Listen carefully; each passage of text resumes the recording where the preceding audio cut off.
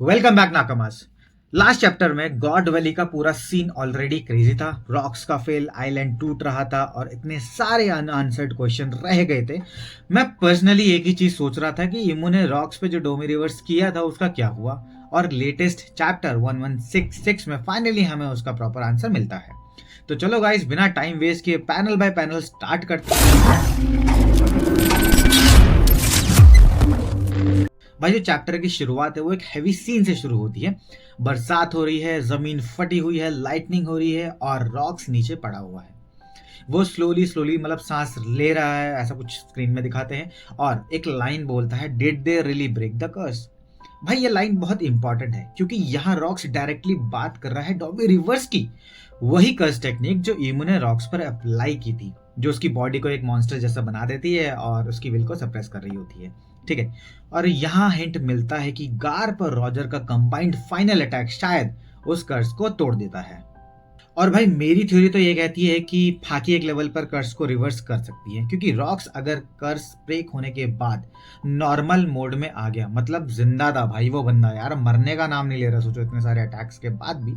तो I guess hockey एक तरीके से कर्स को रिवर्स कर सकती है। मे बी हमें आगे देखने को मिले जब लूफी वर्सेस इमू सामा हो, देखते हैं। बाकी यार अगला पैनल रॉक्स खुद बोलता है कि रॉजर गार भाग जाओ, आइलैंड इज कोलैप्सिंग, मतलब अब बंदा खुद ही वार्निंग दे रहा है कि यार बच जाओ। एंड फिर वही एक इमोशनल लाइन बोलता है, that thanks for stopping me, because as you already know that last chapter में उसने बोला था यार प्लीज किल मी। और भाई इतने में एंट्री होती है 3 गॉड नाइट की, और उसमें से सेंट गार्लिंग बिना टाइम वेस्ट के अपनी स्वॉर्ड निकालता है और रॉक्स के आर पार कर देता है। वही गार्लिंग भाई जिसको रॉक्स ने पेल दिया था कुछ टाइम पहले, अभी अदमेरे को मारने आ गया। सो आई एम शॉक्ड कि यार फाइनल ब्लो गार्लिंग के थ्रू गया, and that's how rocks died by end of an era. ठीक है, नाउ नेक्स्ट सीन में हमें क्या देखने को मिलता है कि रेली रॉजर को कंधे पे लेकर भाग रहा होता है, और उसी के साथ साथ एक मरीन जिसका नाम यार ऑनेस्टली मुझे याद नहीं है, वो गार्प को उठा के सेफ जोन की तरफ भाग रहा होता है रेली के साथ साथ। तो उसका नाम अगर आपको याद हो तो यार बताना मुझे, मैं स्क्रीन पे उसकी फोटो चिपका दूंगा, ठीक है, दिखा दूंगा। वो रेली से पूछता भी है कि रॉक्स के साथ क्या हुआ, एंड रेली सीधा बोलता है दैट ही वाज किल्ड। सबसे बड़ी चीज, रेली witnessed rocks death.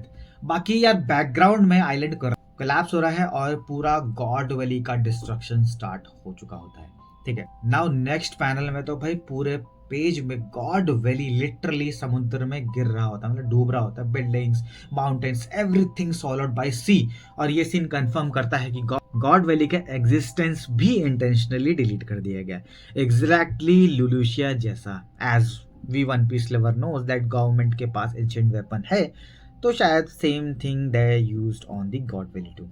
Now next panel में हमें क्या देखने को मिलता है कि रॉजर अपने शिप पे आता है, बैंडेजेस पे पूरा बंधा हुआ होता है। ठीक है, क्रू टेंशन में है, उसके चारों तरफ घेर के खड़े, एंड थोड़ा लाइट मूवमेंट यहाँ पर देखने को मिलता है बिकॉज सब लोग रिलैक्स्ड होते हैं और रॉजर अलाइव है, तो ऑब्वियसली उसका क्रू तो हैप्पी हो गया बिकॉज वो जिंदा है। फिर वो लोग ट्रेजर चेस्ट खोलते हैं जिसमें कुछ मूवमेंट देखने को मिलता है। भाई चेस्ट खुलता है और अंदर से एक क्राइंग साउंड आता है, क्रू के फेसेस फ्रीज, रॉजर भी शॉक्ड, और पैनल रिवील होता है baby shanks. Yes guys, this is the legendary moment जब रॉजर को शैंक्स मिलता है। एंड हमने एक पैनल में देखा भी था ना, जब क्या बोलते हैं, ड्रैगन के हाथ से शैंक्स गिर जाता है, तो हम देखते हैं कि वो एक ट्रेजर के पास जा रहा था, तो भाई वही ट्रेजर रॉजर को मिलता है। ठीक है, मतलब यार पूरे वर्ल्ड का फ्यूचर बैलेंस शेप करने वाला बंदा एक ट्रेजर बॉक्स में पड़ा हुआ मिलता है। एंड इतना इंसेन ट्विस्ट यार सिर्फ ऑर्डर सेंसे ही दे सकते हैं, एंड दैट्स हाउ शैंक्स की जर्नी स्टार्टेड विद रॉजर। भाई इस तरीके से वो रॉजर की टीम में गया। ठीक है, नेक्स्ट पैनल में हमें क्या देखने को मिलता है कि न्यूज़पेपर हेडलाइंस पढ़ते ही गार्प लिटरली फड़फड़ाता है, मतलब गुस्से में होता है कि क्योंकि उसमें लिखा होता है Garp the hero, rocks pirate wiped out, और गवर्नमेंट ने पूरा सच डिस्टॉर्ट कर दिया बिकॉज गार्लिंग, गॉड नाइट, ईमू, डोमिवर्स कुछ भी मेंशन नहीं था, सिर्फ एक स्क्रिप्टेड नैरेटिव सर्कुलेट किया गया था बिकॉज गवर्नमेंट ऑब्वियसली यार पैसा खिलाया होगा। ये तो क्या रियल वर्ल्ड में भी चलता है, आप लोगों को बताइए। अब देखो गार्प तो गुस्से में था ही, तो सेनगोकू गार्प को काम करने की कोशिश करता है। ये दिखाया गया पैनल में कि गार्प वर्ल्ड गवर्नमेंट बहुत बड़ी ऑर्गेनाइजेशन है, और अगर तुम मेंबर्स गिनोगे तो हम मिलियंस ऑफ सोल्जर की बात कर रहे हैं भाई। अगर टॉप बॉसेस कभी भी कुछ इंसेन कर भी दें तो हमें उसको इग्नोर कर लेना चाहिए। इनफैक्ट मैं होऊंगा तो भाई मैं तो इग्नोर कर ही दूंगा, जैसे कि यार दो दोस्त बात करते हैं, दे वर टॉकिंग लाइक दैट। और गार्प गुस्से में जवाब भी देता है कि कम अगेन, तुम एक प्रमोशन चेजिंग फूल हो।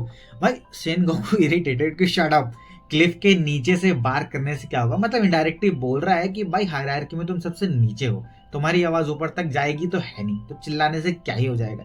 गार्प फिर रिप्लाई भी करता है कि भाई अगर तुम कभी करप्ट हुए और मैं तुम्हें खुद मार दूंगा। और इनफैक्ट सेनगोकू हंसते हुए बोलता भी है कि how reassuring, but that's why friends are for, मतलब दोस्त इसलिए ही तो होते हैं। यहाँ पर उनकी दोस्ती का स्ट्रॉन्गेस्ट मोमेंट दिखाया गया भाई। फिर बाकी सेनगोकू उसके बाद क्या होता है कि कैजुअली पूछता भी है कि तो तुम मरीन्स छोड़ नहीं रहे हो। एंड तनगाप बोलता है कि नहीं, क्लिफ के नीचे भी बहुत चीजें होती हैं जिसे गार्ड डॉग चाहिए। भाई यहाँ पर क्लियर रेफरेंस देखने को मिलता है यंग मरीन्स, मतलब कोबी जैसे लोग जो सच में जस्टिस में बिलीव करते हैं। Guard stage in the marine just to save those guys, ऐसे लोगों को बचाने के लिए। बाकी यार आप लोगों को क्या लगता है, that is just my point of view. अगर आपका कोई डिफरेंट पॉइंट ऑफ व्यू है तो बिल्कुल जरूर कमेंट में जरूर बताना भाई, ठीक है। और यहाँ पर नाउ नेक्स्ट पार्ट में हमें क्या देखने को मिलता है कि एक यंग लोकी, मतलब छोटा बच्चा, फ्लैशबैक, मतलब वापस वहीं पे जाते हैं, क्या बोलते हैं आपका एल्बाफ के फ्लैशबैक में। यंग लोकी रॉक्स के शिप पे चढ़ना चाहता है, बिल्कुल सेम डिट्टो जैसे लूफी कोशिश करता है ना सैंक्स के शिप पे चढ़ने की, वैसे ही रॉक्स बोलता है भी कि यार कितनी बार बोलूं, मुझे ये बच्चा नहीं चाहिए, मुझे बच्चे अपने शिप पे नहीं चाहिए। फिर रॉक्स अपनी फ्रस्ट्रेशन शेयर करता है कि यार जिसको मैं अपने क्रू में चाहता हूँ वो तो आने को तैयार नहीं है, और उसका बेटा मुझे चाहिए नहीं, वो मुझे छोड़ने को रेडी नहीं है। भाई देखो यहाँ पे क्लियर रेफरेंस है, रॉकी का बाप यानी कि हेराल्ड की बात हो रही है, जो कि बहुत ही अच्छा दोस्त है रॉक्स का। और फिर लोकी बोलता भी है कि hey Rocks, I think you are Nika, warrior of liberation, मुझे लगता है तुम नीका हो, वॉरियर ऑफ लिबरेशन, जो हंसते हंसते वर्ल्ड को डिस्ट्रॉय कर देगा। रॉक्स काम नहीं आंसर देता है कि डिस्ट्रॉय नहीं, मैं तो वर्ल्ड का किंग बनना चाहता हूँ। ये लाइन रॉक्स की एक्चुअल आइडियोलॉजी क्लियर करती है। और सबसे बड़ी चीज, मैं तो कंफ्यूज हूँ कि यार लोकी ने ऐसा क्यों बोला कि नीका डिस्ट्रॉय करना चाहता है, जबकि सब बोलते हैं कि नीका तो सबको फ्री करना चाहता है। तो यहाँ पर मुझे थोड़ा सा कंफ्यूजन है, बाकी इसके पीछे का राज हमें शायद आगे देखने को मिले। बाकी यार आप लोगों को कुछ पता है तो बताओ कमेंट में यार, ठीक है। रॉक्स लोकी को बोलता है सुनो, गिलेरा सो रहे हैं, वो सब डेंजरस रैवेजर्स हैं, और उनको कोई अगर उठा सकता है तो वो है तुम्हारे पिता हैरल्ड। मीनिंग हैरल्ड के पास तो बदे को इनसेन पावर है, I mean he is giant also. तो फिर रॉक्स बोलता भी कि सोचो अगर मैं और हैरल्ड मिल जाएं तो हमें कौन रोक सकता है। लोकी पूछता है तो आप दोनों एलाइज क्यों नहीं बन जाते। रॉक्स कैजुअली बोलता है because of love. Love means कि हैरल्ड अपने रेस को बहुत ज्यादा प्यार करता है एंड ही डोंट वांट कि यार गवर्नमेंट के अगेंस्ट में जाए, दैट्स व्हाई, ठीक है। और फिर वही लाइन रॉक्स यूज करता है कि दैट मैं बार बार आता रहूंगा चाहे 100-200 मीटिंग्स क्यों ना करनी पड़े। I mean that's how desperate Rock was to recruit Harald.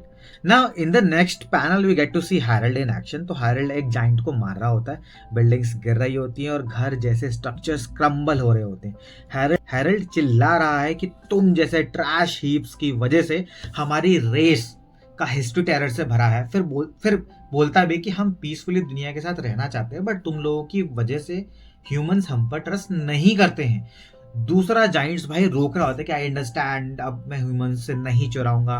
Even background से जो बाकी जाइंट्स होते हैं वो बोलते हुए कि योर हाइनेस वो बेहोश हो गया है, उसे छोड़ दो।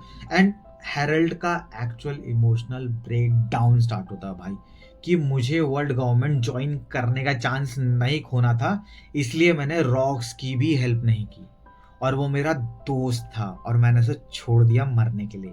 भाई पैनल में ना, आई मीन मैं रिकॉर्ड भी करता हूँ, आई गॉट गूज़बम्प्स की पैनल में टीयर्स विजिबल है और हैरल्ड रो रहा है and he was truly crying. यार this is the most human moment of Harald, कि यार वो उसका बेस्ट फ्रेंड था और उसने उसे मरने के लिए छोड़ दिया, and that was the guilt that he was carrying, ठीक है, किस लिए, कि वो अपनी रेस को बचा सके। फिर अगला सीन देखने को मिलता है थोड़ा डार्क वाइट, ठीक है। उसमें देखने को मिलता है कि ड्रैगन ना सेल में बैठा हुआ है, यानी कि मरीन ने सेल में उसे डाल दिया है, और गार्प साइलेंटली लॉक तोड़ता है। ड्रैगन सीधा बोलता है कि dad I am quitting the marine, और गार्प का वही कैजुअल रिप्लाई के मतलब फेस भी नहीं कर पा रहा वो ड्रैगन को, ठीक है। एंड फिर दोबारा बोलता है कि that I despise Europe, Dragon बोलता है, गार्प बोलता है ओके। तो भाई एक सिंपल 2 वर्ड रिप्लाई जो फ्यूचर टाइमलाइन को कंप्लीट 180 डिग्री टर्न कर देता है। मतलब you already know that this is the time Dragon started his revolutionary army journey. यहाँ से उसने अपना ये पाथ चुना, एंड आज के टाइम पे ड्रैगन क्या नाम है वन पीस में एवरीबडी नोज, बस उसकी पावर क्या है वो अभी तक थोड़ा सा हमें कंफ्यूजन में है, कि आगे जाके पता चल जाएगा, ठीक है। फिर हैरल्ड अगले पैनल में जारूल, एक एल्डर जारूल के सामने बोलता है कि यार मैंने डिसाइड कर लिया है that I don't care about appearances anymore, यानी कि वो कुछ ऐसा करने वाला है, वो क्या करने वाला है वो हमें आगे पता चलेगा।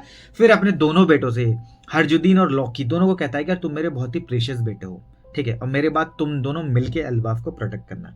नाउ नेक्स्ट इस पैनल पे हमें देखने को क्या मिलता है कि भाई एल्बाफ की शिप नेवी हेडक्वार्टर में जा रही होती है। ठीक है, वो देखने को मिलती है। बाकी तो मरीन रोकने की कोशिश करते हैं छोटे मोटे, तो वो तो क्या ही उखाड़ लेंगे उसका। वहां पर जाकर भाई हेराल्ड चिल्लाता है कि that allow me atone for the sin of the past 1000 years world government higher ups, और वो अपने हॉर्न्स लिटरली तोड़ देता है भाई, जाइंट कल्चर में सबसे बड़ा सेक्रीफाइस। और फाइनली बोलता है कि हम चाहते हैं कि एल्बाफ के बच्चे पीसफुली ग्रो करें और एक दिन ह्यूमैनिटी के साथ हाथ में हाथ मिला के चल सके। मैं अपने सेंस के लिए कुछ भी करूंगा, even if it means becoming a slave. और कॉर्नर में इमू का face and then chapter ends. भाई यहां पर तो टोटली स्ट्रॉन्ग हिंट देखने को मिलता है दैट शायद हैरल्ड डोमी रिवर्स का विक्टिम बन चुका है और आज के टाइमलाइन में इमू का स्लेव हो। That's the possibility because Oda clearly future step setup कर रहे हैं। ठीक है, यहाँ पर हमें इसलिए देखने को मिला है। तो we will get to see Harald in the final battle most probably. बाकी तो यार देखते क्या होता है।